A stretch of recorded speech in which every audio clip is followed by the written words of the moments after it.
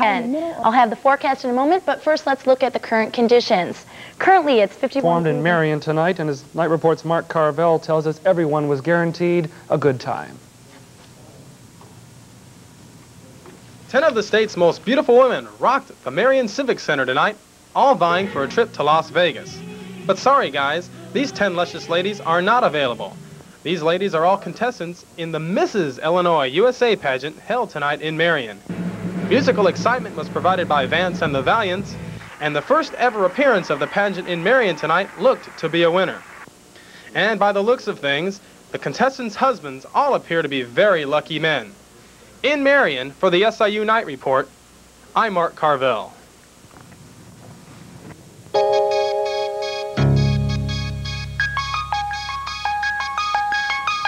Good evening and welcome to the updated edition of the SIU Night Report. I'm Tina Norris.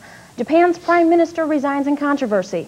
And I'm Mark Carvell. In sports, tonight a North Division showdown. 4 of the North Division playoffs. The arch-rival Chicago Blackhawks were host to the St. Louis Blues. The difference tonight was the Blues' power play, or the lack of it.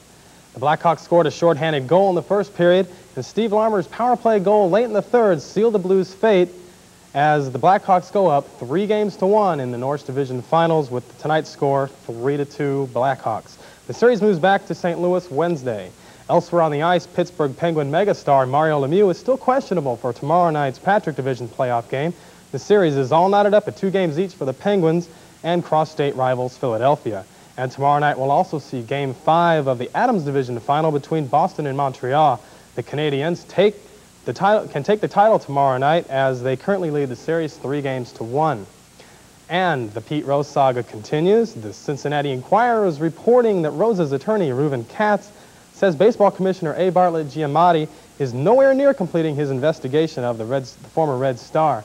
Meanwhile, Rose is continuing his vow of silence, saying simply no comment to the reports that investigators were in Cincinnati this week. If Rose is found guilty of betting on baseball, he could be suspended for a year.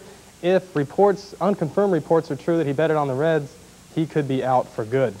Elsewhere in baseball, the Cardinals, the Cubs, and the Sox are all taking well-deserved days off, but we'll be back in action tomorrow. The Giants head into Busch Stadium, the Dodgers play a night game at Wrigley, and the Sox travel to Fenway to face the Red Sox. Tina, a sad one for the Blues tonight, but the Hawks are just 1 game away. That's sports for tonight. Okay, thanks, Mark. The forecast for tonight calls for partly cloudy skies with a low in the lower 60s.